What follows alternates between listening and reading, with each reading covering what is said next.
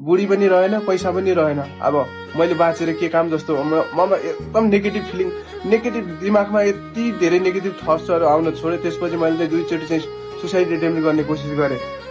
अब फोन गर्न छोड्ने, फोन नउठाउने गर्न थालेँ मैले। भने किन हो यस्तो, के हो भने मेरो एकचोटि नि फुर्सद हुँदैन भनेर म टाइम भएको बेला आफै गर्छु। त्यहाँबाट नगर्नु फोन, त्यहाँबाट फोन गरेपछि म आफै ब्लक गरिदिन्छु फेरि। मायाको कुनै मूल्य छैन, यो स्वार्थी दुनियाँमा आफ्नै फाइदाका लागि टुटाइदिन्छन् सपनामा। आँखाभरि सपना बोके, मनभरि तिम्रै नाम, तर तिमीले त बुझिनौ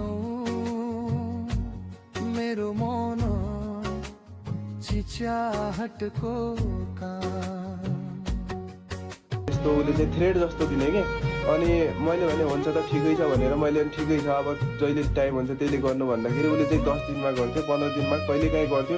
इभन त्यति फोन गरेको बेला पनि उसले चाहिँ राम्रोसँग नबोल्ने कि त बाथरुम टोयलेटमा गएर बोल्ने, कि त रातिको टाइममा पनि आँगनमा गएर बोल्ने कि कुरा गर्नलाई। अनि मैले अनि अब त्यतिसम्म गरेपछि कसको मनमा शङ्का उत्पन्न हुँदैन भने त्यतिसम्म गरेपछि। अनि मैले भने हाँसो देखाए सबैलाई, भित्र भने रोए एक्लै। तिमी बिना यो जीवन खाली लाग्छ अन्धकार जस्तै। विश्वास गरे अन्धाधुन्ध, तिमीलाई नै संसार ठाने।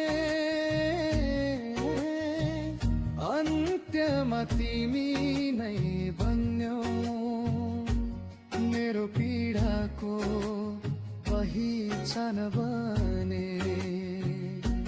दुःख पाइन्छ, आफ्नै परिवार नबिगाड। हाम्रो के हुन्छ भोलि गएर भविष्य खराब हुन्छ, दुइटैको आफ्नो पनि खराब हुन्छ, मेरो पनि खराब हुन्छ। यस्तो नगर।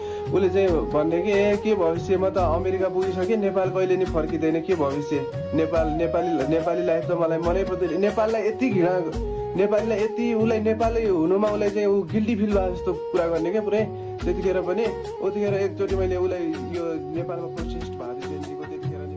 आज ऐनामा हेर्दा अपरिचित लाग्छु आफै।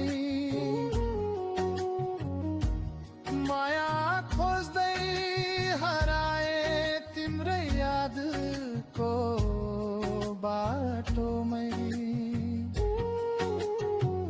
तर अझै पनि यो मन